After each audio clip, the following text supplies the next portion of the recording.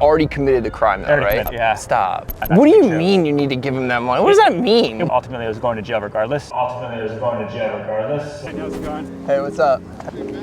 Guys, what's up? This is Billy McFarland, founder and CEO of Fyre Festival. Yes. Introduce yourself really quickly. Founder of Fyre. I've been working in the tech and entertainment space for, 15 years now? Excited to dive in. Yeah, absolutely. So my biggest question is, do you think people are born fraudsters? I would have said yes 5 years ago, but after going to jail and going in with this conception that there are good guys and bad guys in the world, I think that notion is totally false. Interesting. Probably 5% of the people in there were truly bad, and the other 95% fall somewhere in the spectrum that the rest of the world does. And desperation and need leads to fraudulent decisions, whether that's selling drugs or committing a financial crime. Desperation ultimately results in the act, but a small number of people probably are bad. Yeah, so one of the things that I've been thinking about recently is like, do you think people who commit fraud, that's just sort of what they know? So there's like an exposure environment element, and I'll expand on that. You know, I think kids back in the day in the ghetto, they see drug dealers, right? And they wanted to be drug dealers. Now they see Kai Cenat and they see streamers. They want to be streamers. So do you think it's a factor of their environment and their element? I think humans have always wanted a shortcut to success, and people who jump in that shortcut train are more apt to commit fraud. And social media has almost exacerbated this problem because we see all these celebrities, we see all these business people who have the life we want to have, and we feel like we deserve it. And it's like, why can this streamer live like this and I can't when I'm just as smart as him and I work just as hard?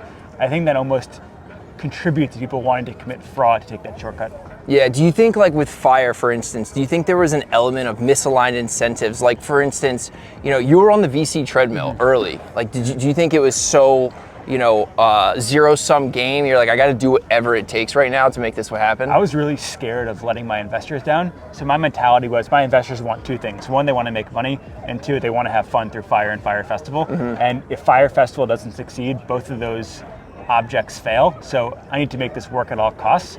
And I think ultimately my shortcut decision-making behavior attracted other people who want to take shortcuts too. So I believe that the negative energy I was putting out there and the bad decisions were attracting hundreds of employees who also share that same mentality, which led to a colossal failure. Yeah, do you do therapy? I do now, yeah.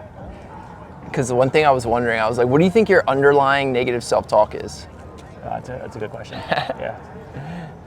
Yeah, I think I really want to move fast and I want to keep proving. No, that's not negative self-talk. It kind of is. It's like you're not doing enough, you're not going fast enough, and wherever you are today is sucks, you're a fucking loser. You need to do more to push it to the next step. Yeah, one of my therapists said my negative self-talk was that I am not wanted. So I would do all of these things to prove to the world that I'm worthy and I'm wanted. All right, if my family doesn't want me, well, I'm gonna make you need me. And then I would do those things, Is that bad? No, I think, I don't know. But I thought it was interesting, So the thing that I was getting at is do you think you're doing or were doing these things because you had this kind of childhood trauma, whatever you want to call it, and then maybe that was actually driving it? I spent 4 years in prison to think about all of this, and this is probably the one question I can't answer still. So yeah, I think it's really hard to understand why and what actually drives us. Yeah. And the little surface level things are pretty easy. It's great to push boundaries, it's great to take people to a place they've never been, but ultimately, I think it's hard to pinpoint what that one internal drive or desire really is. All right, my one question, I forgot about this. Yeah. So you get out, you're out on bail. You have this email list, people who have a lot of discretionary income. They bought a trip to the Bahamas for a music festival. You send them emails to go to these exclusive events, the Met Gala, Victoria's Secret fashion show. That's a quick cash grab. Do you think it's a compulsion to do that, or is that all you knew? I'm curious, the why behind that. It was just purely living out of fear. I had an investor tell me I need to give him X dollars or else I was going to go to jail. So I was so one track mind. I need to give him this money, and it turned out not What to do be you true. mean you need to give him that money? What does that mean? It wasn't true. Yeah. He called his LP is I need a return. Sorry. It was an individual angel. So it's a guy who brought in a group of friends and they're well-connected guys, but ultimately I was going to jail regardless. So he called me and said, I need X millions of dollars or else you're fucked. And the call had already been made and I was already fucked. I committed a crime and I was scared and delusional thinking I could still pull things off. And yeah, it was totally wrong. So you needed the cash, you're in a bind, and that's the only way you're able to do it. So you're I'm willing to do this because it's the only thing I know? Yeah, I think it's hard. Like, you wake up one day and you had 700 employees the day before, now you have nothing. And you have an investor who's incredibly powerful who calls you and says, if you don't give me X millions of dollars, you're going to be on the cover of the Wall Street Journal in handcuffs. And you're 25 years old and trying to realize all of that. Like, I think it's like, yeah, it led to rational behavior. And you had already committed the crime, though, right? Already committed the crime, yeah. Because I was going to say, I feel like if I hadn't committed the crime, it depends where I was at in my life. But if I was confident enough, I would have told him to kick rocks. Yeah. you know? And it's hard to say when the FBI is beating on your door. Yeah. I mean, if you already committed the crime, that's just not great. I don't know what I would do. It's not great. I think I would use his money and charter a jet and go somewhere else. Yeah. But anyway, I don't have your balls then.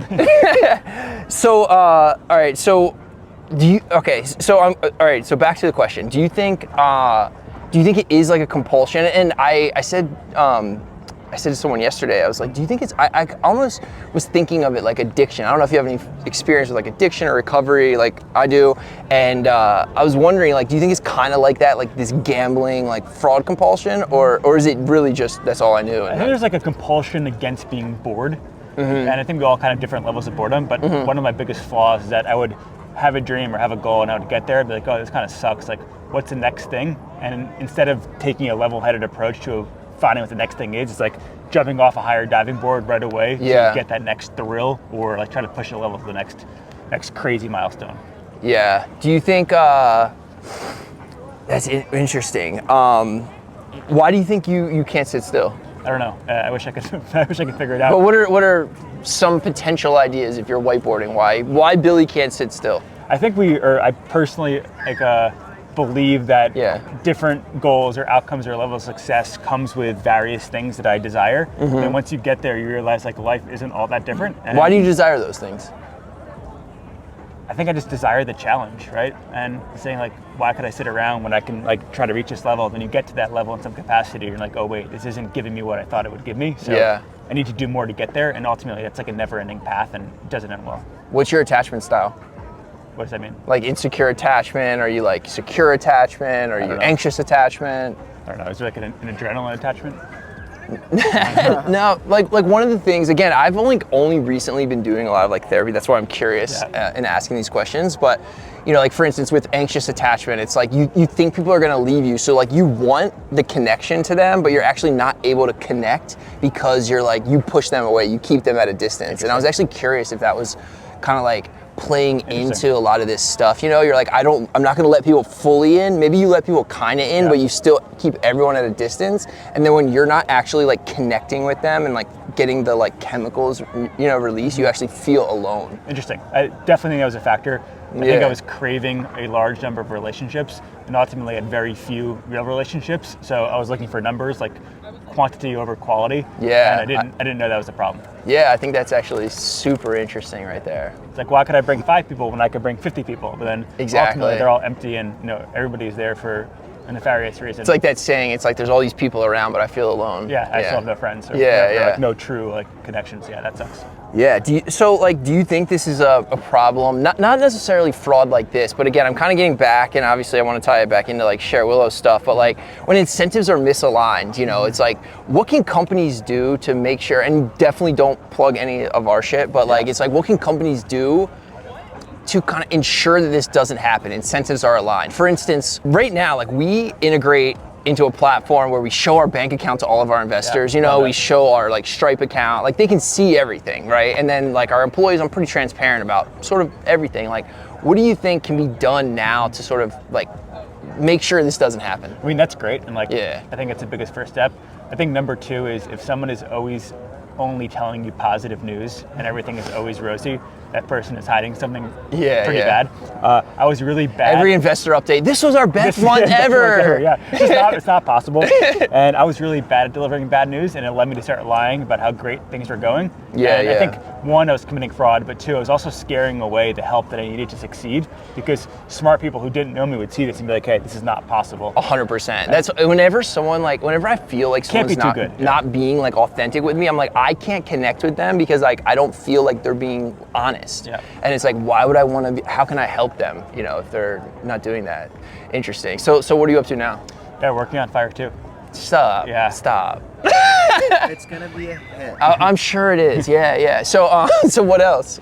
So doing a lot of marketing work for other venture-backed startups to kind of keep the lights on. But main focus is on Fyre 2 and a lot of ancillary projects. We're doing a Broadway musical, doing a couple of TV shows. So had projects around Fyre 2, but ultimately like executing Fyre 2 is the goal. Nice, man. Well, I wish you the best. Thank you so much for doing this interview. Thank you, of course. Yeah. Thanks, guys. Yeah.